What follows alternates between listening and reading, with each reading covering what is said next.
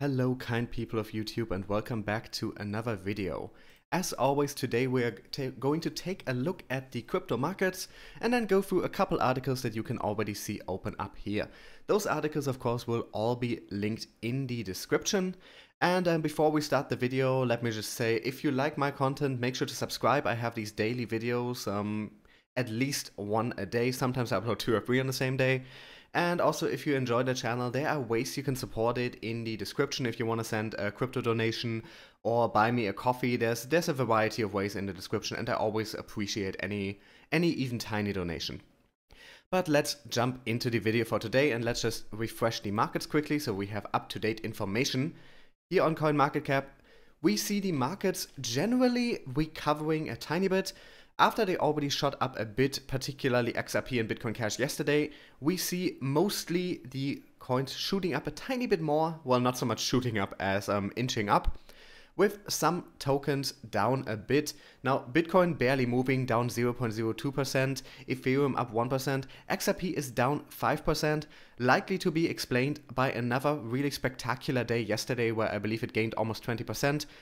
The prices always fall back a bit after that.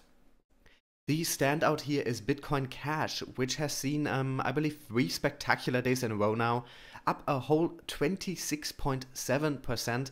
That is rather spectacular, well over $500 again at $566.29. Everything else is looking more or less sideways, with EOS up 4%, inching towards $6 again, Stellar down 0.73%, Litecoin doing pretty well, up 8%, and most other stuff around 1% up or down. So in general, it is looking relatively good today, but as a whole, the markets are not moving in either direction all that much. Market cap at 217 billion. I believe yesterday when I made a video, it was at around the same amount. And Bitcoin dominance is coming closer to 50% at 51.9%. The lower this falls, the better altcoins are doing. And we've seen it fall for a while now since the markets bottomed a couple of weeks ago at about $180 billion market cap. It's all it's all recovering a bit, and one part of that is Bitcoin dominance falling as Bitcoin moves a bit less than most altcoins do. Let's look at an analysis of the markets by CCN. Like I said, all the articles will be linked in the description. Crypto market eyes rebound at 215 billion, short-term rally looking unlikely. Over the past 24 hours, Bitcoin Cash initiated a 20% rally fueled by the initial public offering of Bitmain, but the rest of the crypto market remained relatively stable at a low price range. The valuation of the cryptocurrency market has maintained its position in the 215 billion range, as Bitcoin and Ether, the native cryptocurrency of Ethereum, both recorded a slight increase in price of 0.5%. Is a short-term rally next, they ask. CryptoDog, a respected technical analyst in the cryptocurrency community, stated that if the valuation of the Bitcoin market comfortably breaks out of the 114 billion mark, then a short-term rally could materialize. This is exactly what you want to see on a retest. So far, so good. Clear the $114 billion market cap resistance and we're due for another large gap up, he wrote. Throughout this week, many experts and prominent investors, including billionaire hedge fund legend Mike Novogratz, emphasized $6,600 as an important resistance level for Bitcoin. Throughout the past several days, Bitcoin has been on a downward trend, declining from around $6,520 to $6,440. Still, as it did on September 26th, as long as the volume of Bitcoin can be sustained in the mid $4 billion range, it is possible for the dominant crypto to initiate a minor rally in the short term. But Bitcoin would need to rebound quickly to the $6,600 region in the next few hours to confirm a short-term rally. This article is from 3 hours ago. Let's check where it is right now. It is at $6,520. Back to the article. Since achieving $6,550 around 18 hours ago, Bitcoin has been on a downward trend. If Bitcoin fails to break out of the $6,500 region, given its increasing sell pressure since September 22nd, it is highly likely that Bitcoin tests the lower end of $6,000. $6,000 of course being a major mental resistance for a lot of people, and also roughly the point where Bitcoin mining becomes unprofitable. If Bitcoin experiences a spike in volume and does break out of the $6,500 mark comfortably in the upcoming hours, a strong short-term rally of tokens is expected, especially since Ripple XRP, Ethereum Ether, and Bitcoin Cash BCH have outperformed tokens in the past week, and most tokens have struggled to record any major movement on the upside. In short, the low volume of Bitcoin presents a problem for traders, as the low volume could lead Bitcoin to drop below the $6,400 mark in the next 12 to 14 hours. Although most major cryptocurrencies and tokens have massively outperformed Bitcoin since mid-September, the general trend of the market still heavily depends on the performance of Bitcoin. Given the weak short-term movement of Bitcoin, it is likely that tokens will not initiate a short-term rally in the near future unless Bitcoin shows a strong recovery. Already, XRP and Bitcoin Cash have started to retrace, with Ripple falling by more than 3% within minutes, which once again increased the gap between Ethereum and Ripple to $1 billion. If you've been paying attention the last couple of days, you probably have if you're watching this channel. For the last, I believe, 5 days or so, Ether and XRP have been fighting for the number 2 spot. And on 2 separate days, XRP briefly took it and then fell back down a bit. Now the distance between them is about 1.4 billion in market cap. That's been jumping up and down between just 100 million and 2 billion or so. Due to the unpredictability of cryptocurrencies in recent weeks, the current phase in the crypto market does not offer a viable opportunity for investors to explore high-risk trades, especially tokens, as they generally rely on the price movement of Bitcoin. So here the prediction is a short-term rally is looking unlikely, and we need Bitcoin to move a bit up before we can see that happening. It's looking like Bitcoin doesn't quite want to do that, but we do see a little, if we look at the one-day view here, we do see it shooting up a bit. The question is, can it get back to $6,600 in the coming days? But we have seen XRP lead 2 short-term rallies in the last week, so I'm not so sure we definitely need Bitcoin to initiate that movement anymore at this point. Keep in mind, even when you see XRP down 4% here, that is after a day where it gained about 20%. So it only undid some of the gains from the other day. It is still significantly higher than it was just a week ago. Just here you see how low it was before then. Next up, Goldman Sachs leads $25 million funding for blockchain startup Veem. Now, of course, Goldman Sachs, one of the major players in traditional finance, and have been very interested in blockchain for a while now. Let us read this article. Blockchain payment startup Veem has closed a $25 million funding round led by Goldman Sachs, it announced Wednesday. The firm, which rebranded from Align Commerce alongside another $26 million Series B raised in 2017, also saw participation in a new strategic round from investors including Google Ventures, Silicon Valley Bank, Kleiner Perkins, and Pantera Capital. Veem offers a multi-rail payments platform, including both traditional Swift-based transfers and blockchain networks, aimed to provide speed, security, and low fees by selecting the most advantageous route for a particular transfer, it said in a press release. In a mission, Veem says its mission, not in a mission. Its mission, Veem says, is to address the issue of small business owners being forced to deal with a slow, outdated, and expensive wire transfer system to send and receive international payments. The release continues. Swift, a 40-year-old technology, consistently slaps small businesses with fees, loses payments, and lacks the transparency necessary to ensure reliability and security. Swift, of course, the same issue that, or rather the same competition that Ripple is going after with their technologies. And this is another stab at the same thing. Veem also offers some detail on its customer growth in the release, saying the user base has grown exponentially from 590 customers at the time of its Series A funding. By the Series B stage, that had increased to 18,000 and now over 80,000 small businesses in 96 countries, the startup claims. We are thrilled to have Goldman Sachs lead our investment round. This funding will help us expand our footprint, increase our distribution, and form new strategic partnerships, the CEO said. Now, I'm not entirely sure if they have their own blockchain or if they are using established projects, but I honestly have not looked into Veem. But it's the main point of interest here for me is Goldman Sachs leading the investment group, and Google and Silicon Valley Bank both being in here. Those are also large players in the investment game.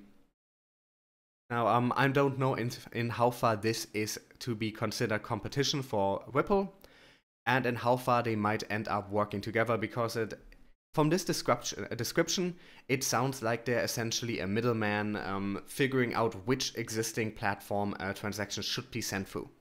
So who knows if they might offer RippleNet solutions as well. Next up, BitTorrent Project Atlas integration with TRON moving forward, says their CEO. TRON, of course, bought Bitcoin for a lot of money a while ago. Other large players in the crypto world were also interested, but TRON ultimately was the company that bought it. And let us read this as well. Decentralized internet startup TRON announced fresh details of its bid to integrate with torrent client BitTorrent in a press release Thursday.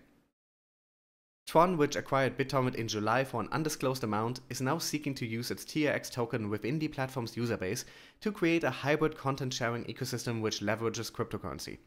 Dubbed Project Atlas, the change will come in the form of a series of backward-compatible protocol extensions, the release shared with Cointelegraph now confirms. To start, the product will feature faster downloads, more seeds, no mining, and backward compatibility, the CEO commented. We aim to eventually empower all content creators and their communities by eliminating the middleman and enabling content creators to distribute directly to users. Well, this is just marketing speak. Under the arrangement, users will be able to create incentives with tokens as a means of obtaining premiums such as faster download speeds. Those who continue to see torrent files after completed downloads can also earn tokens as a reward. Now this, I'm a bit worried about. I don't know how many of you have any experience with torrents, with the culture surrounding it. The moment you start selling faster download speeds for tokens, you're essentially working against the spirit of what torrents were about. Torrents were about freely sharing with anyone who wanted something. They were about freedom, they were about equality, not about paying for faster download speeds. So this worries me a bit. As after TRON acquired BitTorrent, I'm pretty sure, don't quote me on this, I might be wrong here, I might be misremembering, but I'm pretty sure several developers and several people involved with BitTorrent instantly left. And I'm starting to think this new direction that they're taking might be the reason. They might be disappointed with them pretty much betraying the spirit of torrenting.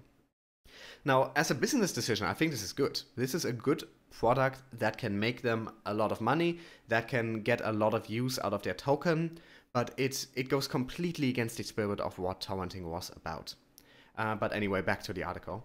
The project will enter the content creation arena alongside other schemes incorporating cryptocurrency, principally Kim.com's Bitcash, which has Bitcoin as its core.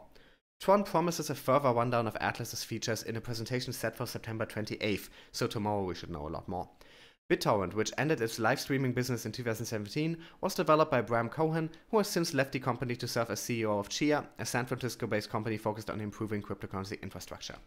So let's see what exactly they're going to do here, but the few details that this article gives are a bit worrying to me as someone who has been involved with torrenting and with the whole culture surrounding it since the early 2000s. I've been in this world for a very long time, and this strikes me as a complete misunderstanding of what torrenting used to be about, and a very corporate, big company thing to do, and But this doesn't mean it's a bad business decision. You always have to separate those things when you're looking at something as an investor. I think if I put my investor hat on, this is good. This means another use case for their token. This means a large exposure to a lot of users and a potential for a lot of adoption of their token with a new use case that wasn't there before. But as someone who, if I put my torrenter, my internet culture hat on, this is disappointing. So two sides to this, but like I said, my investor hat says it's good. And last but not least, Austria to use Ethereum public blockchain to issue $1.35 billion in government bonds. This, of course, more major mainstream adoption by a major government. This is something I always like to talk about, so let us read this and then end the video for now. Austria's government is set to use the Ethereum public blockchain to issue 1.15 billion euro, $1.35 billion of government bonds in an auction next week. Local news outlet Kleine Zeitung reports September 25th. Kleine Zeitung literally just means small newspaper. Österreichische Kontrollbank, that's the Austrian control bank, one of Austria's biggest banks with $26 billion in assets in 2017, will reportedly operate the live blockchain notarization service. During the auction, scheduled for October 2nd, the bank will issue the bonds on behalf of the Austrian Treasury.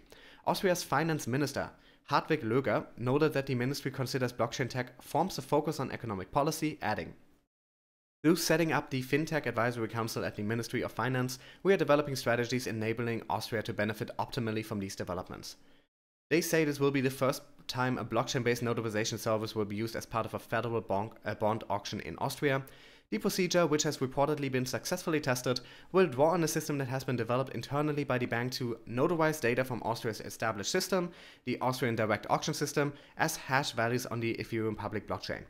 As Kleine Zeitung notes, the use of blockchain in this instant does not go as far as issuing tokenized bonds that would function in parallel to existing paper or digital systems. However, as Markus Stix, managing director at the Austrian Treasury, told Kleine Zeitung, the use of the technology has key benefits for both security and cost reduction. This added security contributes to achieving a high level of confidence in the auction process for Austrian government bonds and strengthens Austria's good standing in the market, which indirectly also has the capacity to contribute to favorable financing costs." That was his quote.